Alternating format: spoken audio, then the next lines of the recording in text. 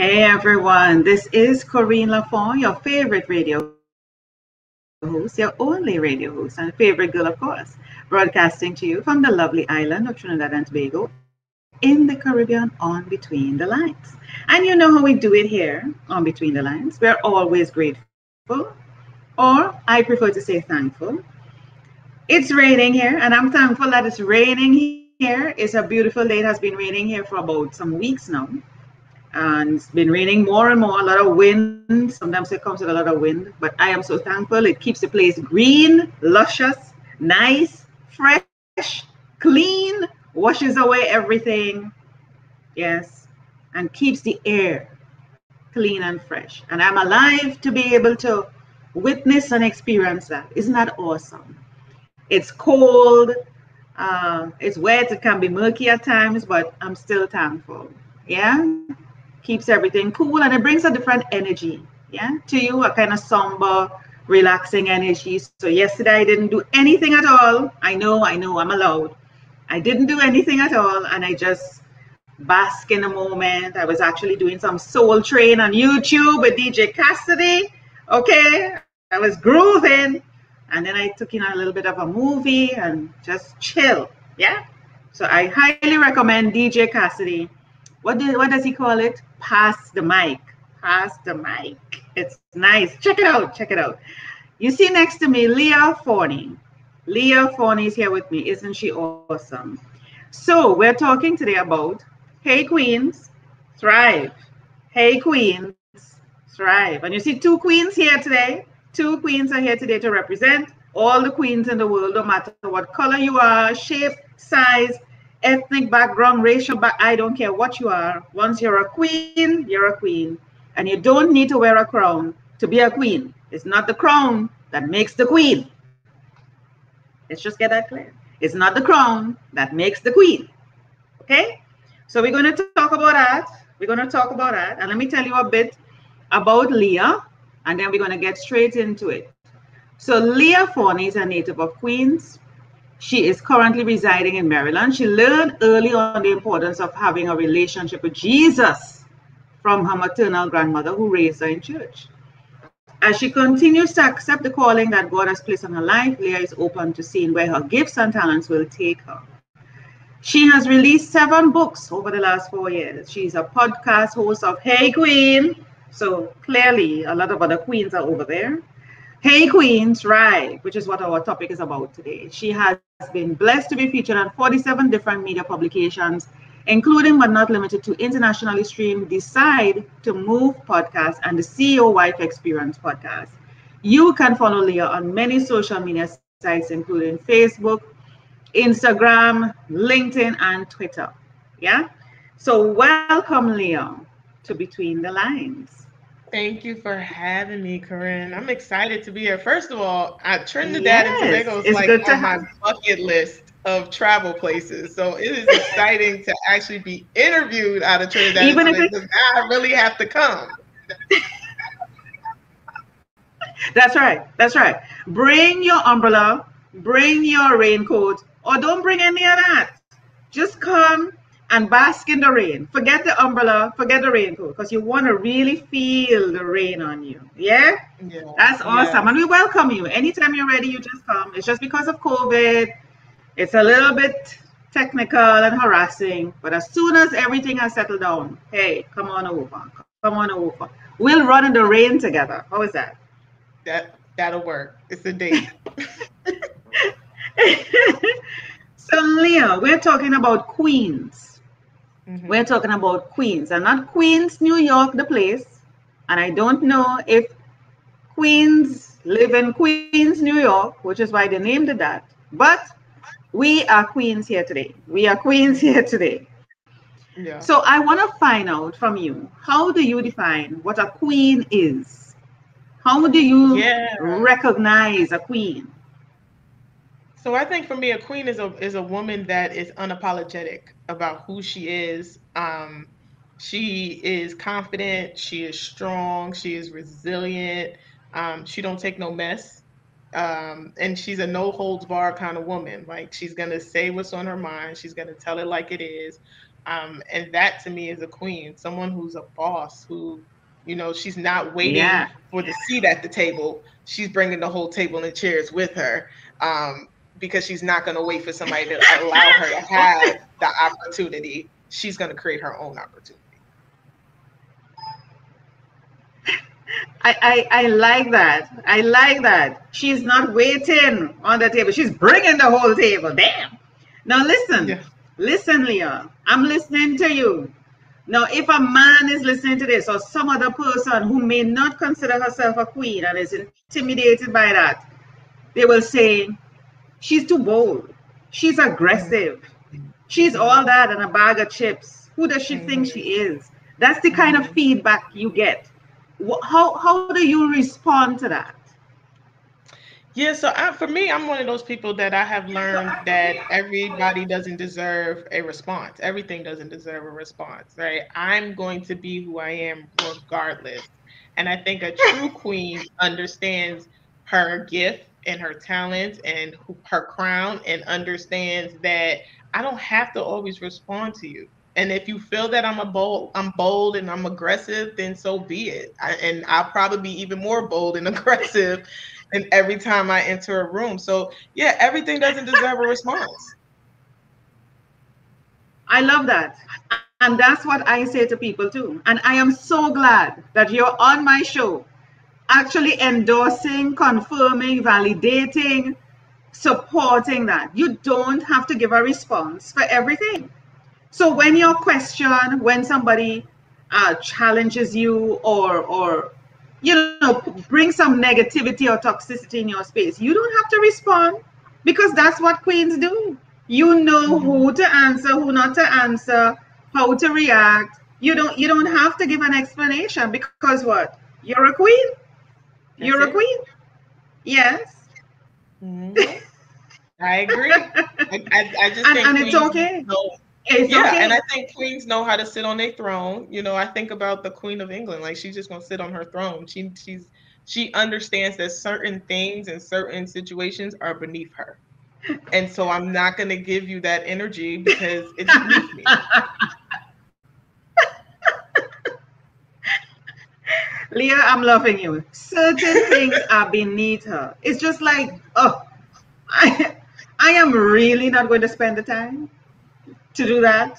I have better Yeah. things to do, like spending the time stroking my hair or getting a massage or sitting on my throne. I really don't. Yeah. Yeah, I I love agree. it. Yes, you don't. But here's it. I'm going to play the devil's advocate today. The people who don't like us, the people who are jeering at the queen.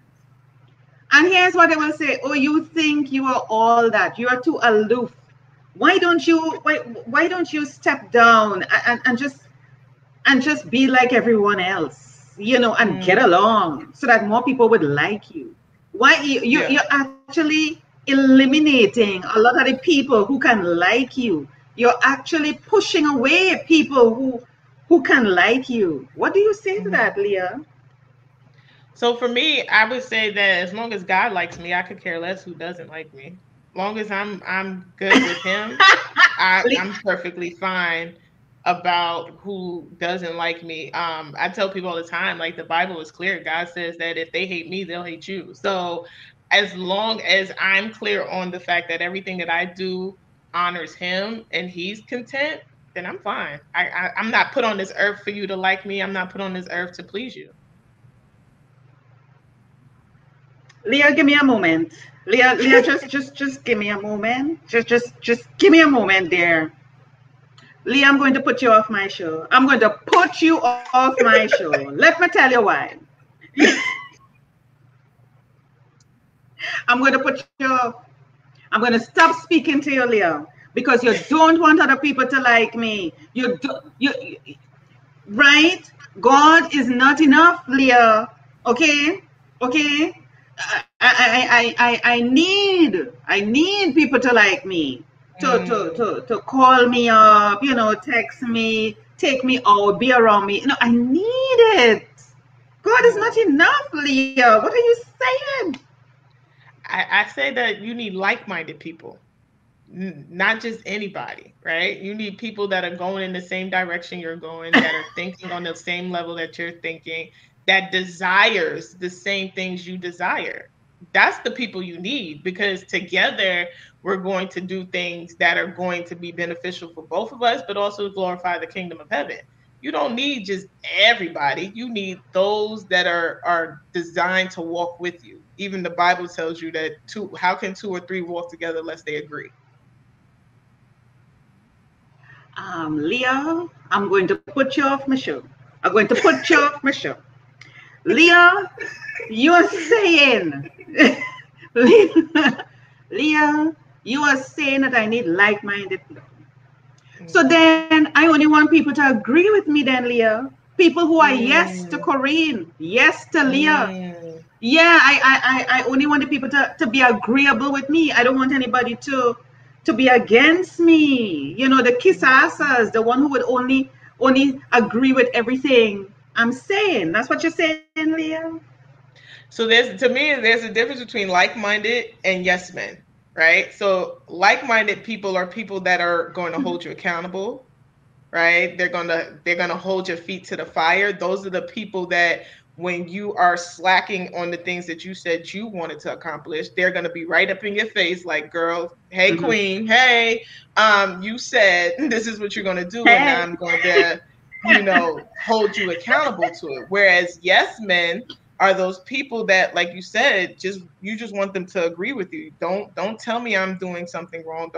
Don't call me out on my mess. Just agree with me. And so there's a difference between yes men and like-minded people. Leah, I'm going to put you off my show.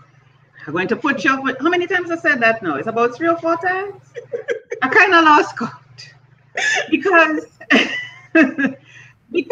because the thing about it is a lot of folks, a Mm-hmm. lot of folks are not thinking like a queen, Mm-hmm.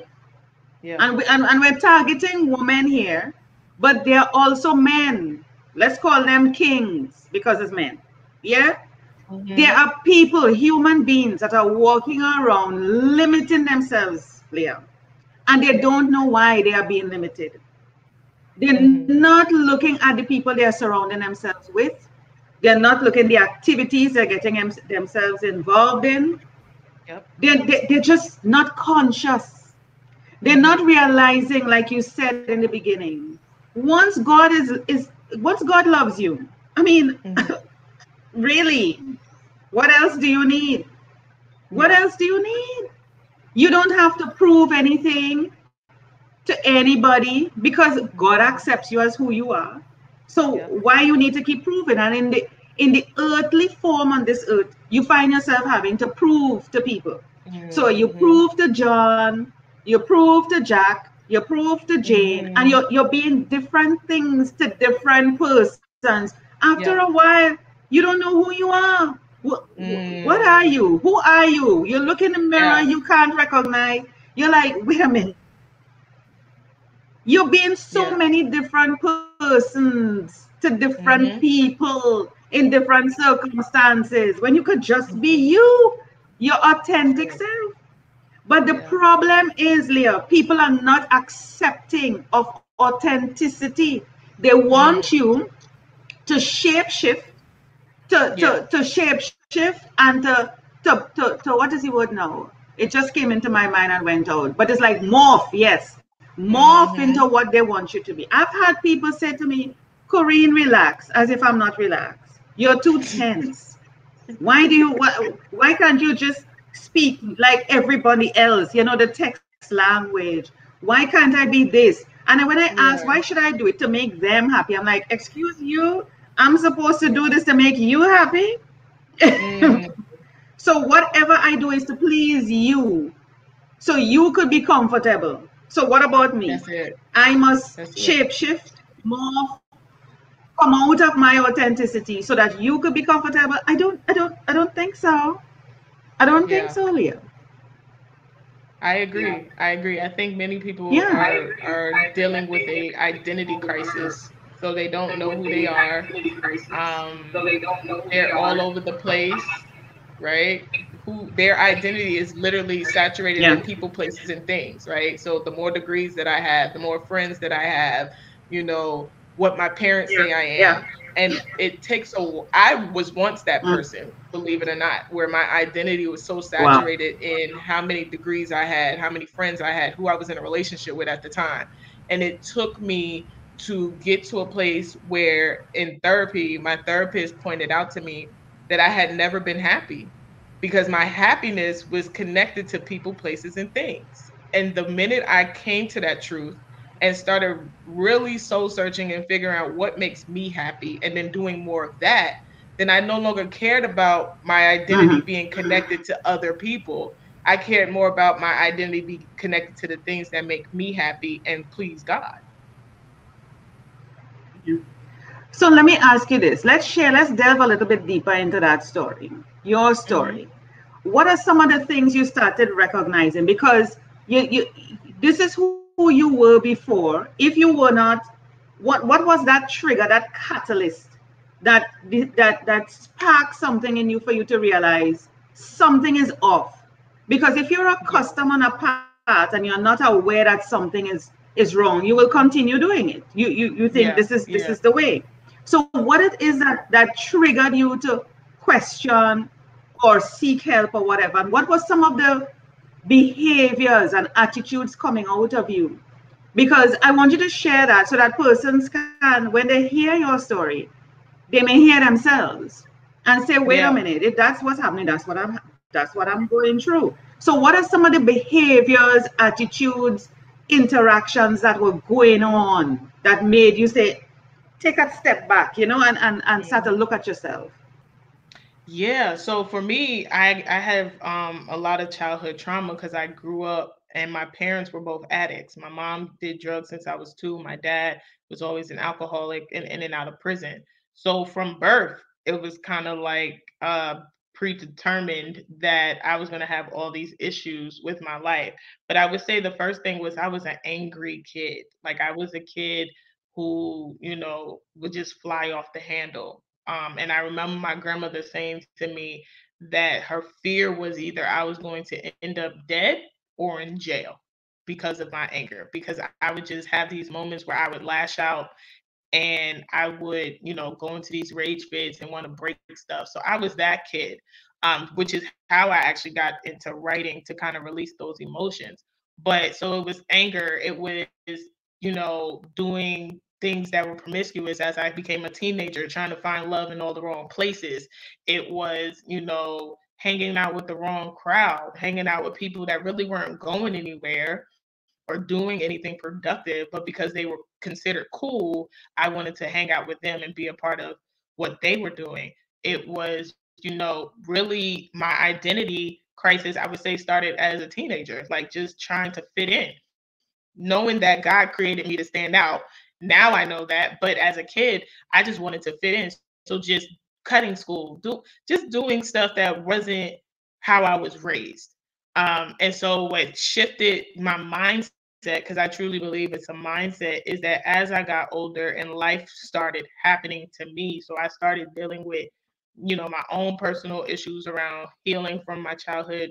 But then I also was raped at a young age, and just all these different traumas that started happening. I ended up going to therapy. And it was in therapy where my therapist really started to help me see how my behaviors were connected to the trauma, and that I was acting out of pain and out of my suffering and out of the things that I was experiencing, which is what was really a roadblock. I didn't realize that there was a roadblock until it was pointed out. And so that's probably one of the reasons why I'm such an advocate for therapy, because I challenge people to have that objective person in your life, that can show you some things that your friends and family won't necessarily do. A lot of times, as a friend, we coddle our friends. We don't always tell them the truth about their behaviors and what they do.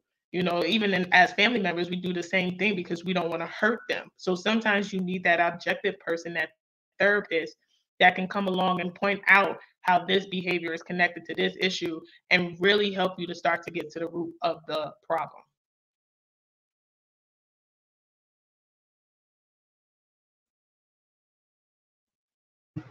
You said something significant there a while ago, Leah.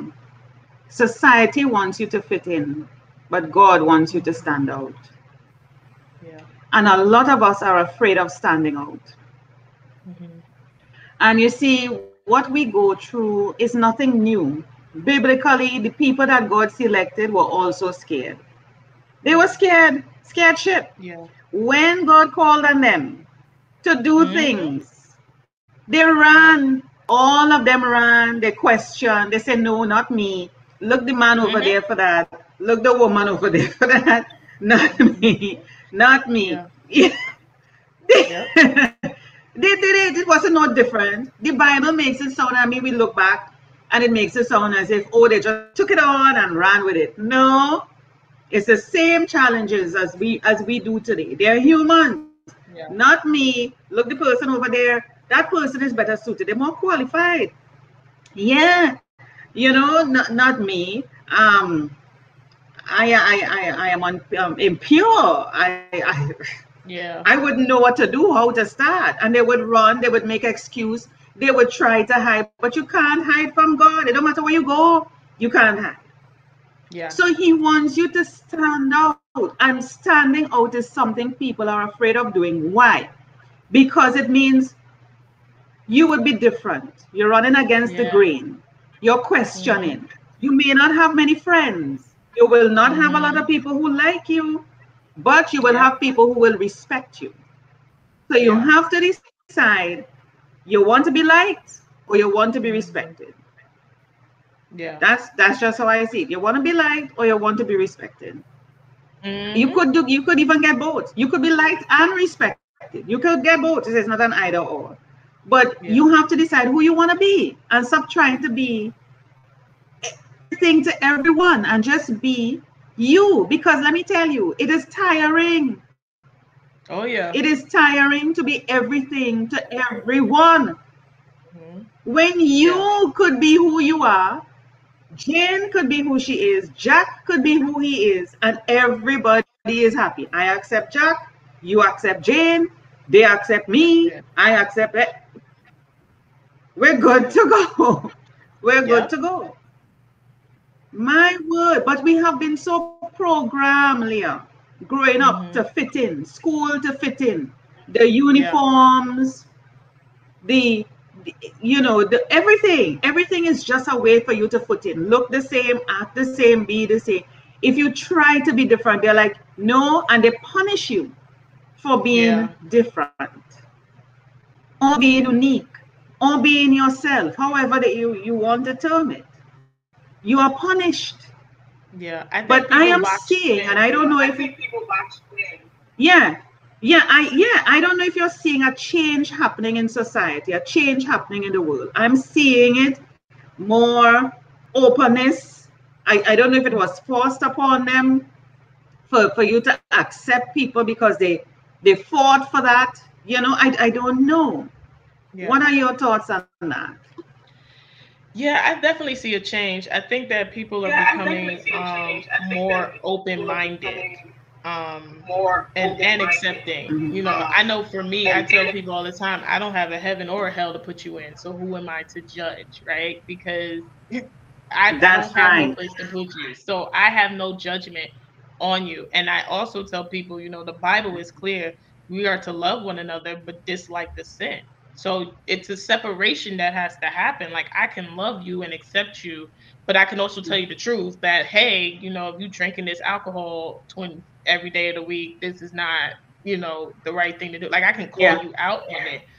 So I definitely see a shift. I think that's that people are starting to realize their own limitations.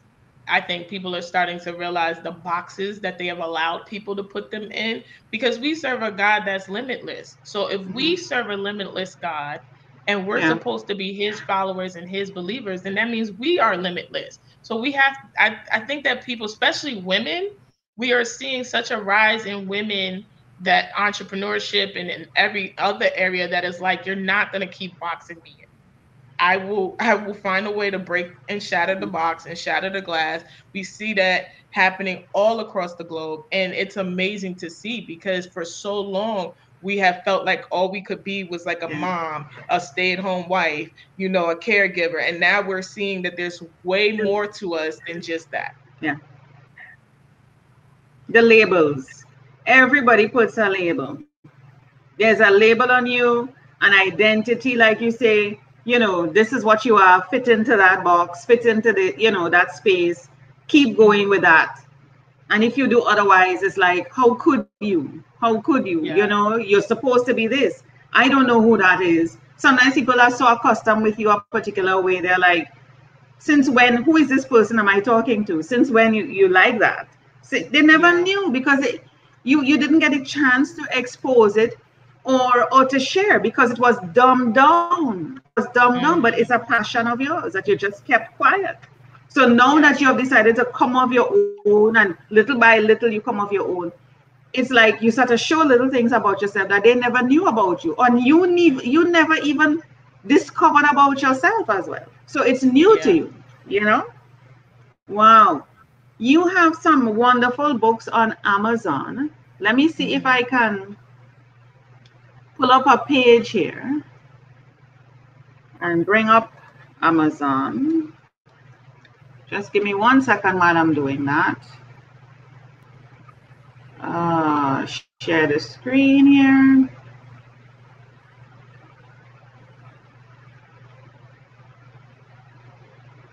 All right. So here we are on Amazon. Are you seeing that? Yep. Nice. So I'm going to put up Leah Forney. Oops.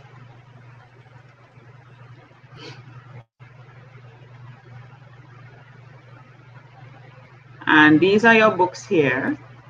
Yes, I ma'am. took a look at it before, and what I would Hmm. suggest for you to get an author page, Author Central, where you can click Hmm. on your name and all your stuff, all your books would be in one place. Okay, so you should set up an Okay. Author Central, right? Okay. Author Central. I'm a publisher, so I know about those things. So set up an Author Central. You could Google it or go on Amazon and do a search. It will guide you, Author Central. So I would have clicked on your name and all of these you could connect all your books, you can have blogs, you can have videos. It can be like your own website for all your books that you're writing. You don't necessarily need to set up a website. You can just use your Author Central page for everything. All right, Okay. so these are your books here. So Hmm. unapologetically me, no need to Hmm. apologize. You have a planner. Tell us what are the ones that are really moving. Which are the books that people are really Um, loving? so right now everybody is loving my most recent book, which is Defining Moments. And Defining Yeah. Moments is a book that details my personal grief journey. So in 2018 to 2019, I lost five loved ones, including my fiance. He passed away the day after Mother's Day in 2018. And so defining Wow. moments is a detail of my grief journey and the many lessons that I learned about how to grieve in a healthy way, because people grieve, but some people grieve healthy and some Wow. people grieve unhealthy. And so right now that's probably Wow. the number one selling book for me. A lot of people have learned. So I speak on different lessons. One of the lessons that stands out all the time is my Mm-hmm. lesson on support, because I learned in Mm-hmm. going through grief that support was a twofold journey. It was me being able to convey what I needed, but then also be open to receiving what I said I needed. And so, how that lesson came about was Wow. I was That is grieving. significant. Yeah, I was grieving and I was pushing people away and isolating. But at the same time, I was saying to God in prayer that nobody was here to support me. And God was like, yeah, because you're pushing people away. And it took actually my best friend, Tamara, to call me one day and say, listen, I'm trying to be there for you, but you're pushing me away. And so Mm-hmm. I learned that support was I had to convey what I needed, but then I also learned that I had to be open to receiving what I said I needed. Wow. That is important. Be open to receiving. A lot of us want it to come in a particular way, shape, form, time, the way how we want to hear it, as opposed to really hearing it from the person on the outside. We Yeah. have to be open to receiving. Yeah, that is significant. Be open to receiving, because you will push away the help when people are trying to help you in one way or form. You will push it away because it's not coming in the way you want it, but it's not how you want it. Is what is meant for you. Yeah. That's it. And that is another way of pushing away God as well, because He's Yeah. trying to tell you something through others, and you're not willing to hear it. Yeah. Mhm. Yeah, Yeah, I always think about the it's that's a pushing away story. God. That's pushing away God. Yeah, I Hmm. think about the story of the man that was trapped on his rooftop, and he was waiting for God to send help. And he had all these people that came passing by in boats and other, in an airplane and all that to ask him, "Do you need help?" And he kept saying, "Nope, I'm waiting on God. I'm waiting on God." And then he finally says, "God, I asked for help and you didn't send it." And God's like, "No, no, no. I sent you the man in the boat. I sent you the plane and you rejected it." And so I always think about that. Like we can reject God's help when we are not open to receiving it. Hmm. Yeah, yeah. That's a lesson there for me. That's a lesson there for me and for a lot of persons. And it takes you being aware of when things are happening. It's an awareness, Leon. It's Hmm. an awareness. A lot of things come our way. We're passing by people, situations, circumstances. We're going through our challenges, and we don't realize that everything is happening as a reason, as a lesson, as a message from God. Even the prayer or something that you see. I mean, and you say to yourself, "Wow, that where did that come from? Or I wasn't expecting that. Or that's strange." No, it is a message from God. He works in Yeah. different ways. You Yep. have to be able to see it, be so conscious and aware that you will know when it passes you, that was somebody meant to be in your life. That was Hmm. somebody had to tell you this. You have to have that Absolutely. awareness. Defining moments, defining Hmm. moments, and we have so many of them in our lives, Leah. We have so Yeah. many of them in our lives. I want to thank you so much for being on the lines. Any final words before you go? I truly enjoyed you, Corinne. This was actually awesome. And I would just say to all the queens listening, keep thriving, keep showing up your unapologetic Yeah. self, keep being who you are, and don't let anybody box you in. Oh, yes. No boxing in. This is 2021 and beyond. No boxing in. Thank you so much, Leah, for being on Between the Lines, sharing your story, going through what you had to go through, and being still here to share, to survive, to thrive. Hey, Queen, Hey, thrive. queen.